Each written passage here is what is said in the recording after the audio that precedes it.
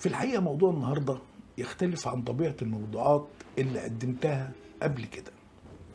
الموضوع اللي هتكلم فيه عن الفنان هاني شاكر في بداياته اللي عصرتها، وكنت وقتها في بداية المرحلة الإعدادية، وهو من الذكريات الجميلة اللي عشناها وعشنا ظروفها وعصرنا نجاحاته وصعود نجمه. ولكن في جوانب عشناها ومحدش اتكلم عنها قبل كده. الموضوع ده عن أول مسلسل إذاعي اشترك في بطولته الفنان هاني شاكر، ولكن تم إيقاف إذاعته بسبب الرئيس السادات. تعالوا نشوف إيه حكاية المسلسل ده وليه الرئيس السادات كان سبب إيقاف إذاعته. زي ما احنا عارفين ان الفنان هاني شاكر احترف الفن والغناء عام 1972 عندما تم تقديمه في حفل قدمه فيه الأستاذ محمد الموجي في أغنية حلوة يا دنيا، والأستاذ محمد سلطان في أغنية سيبوني أحب، ولقى نجاح كبير وقبول جماهيري منقطع النظير.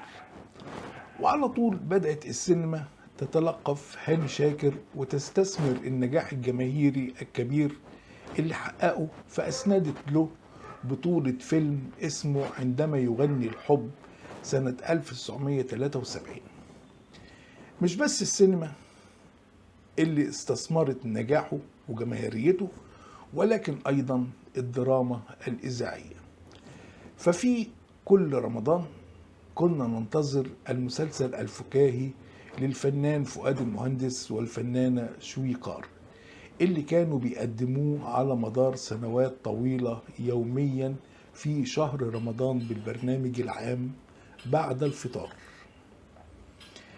زي شنبه في المصيدة وانت اللي قتلت بابايا وغيرهم من المسلسلات.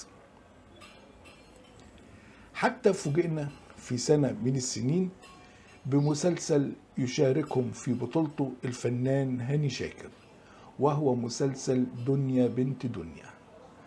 ولكن اللي حصل انه اذيع من المسلسل 9 حلقات فقط ثم تم ايقاف اذاعته. ليه؟ ده بقى اللي هقول لكم عليه. المسلسل ده اذيع عام 1973، ففي اليوم العاشر من رمضان أعطى الزعيم الراحل أنور السادات توجيهاته بقيام حرب أكتوبر المجيدة عام 73، وتم عبور القناة وتحطيم خط بارليف.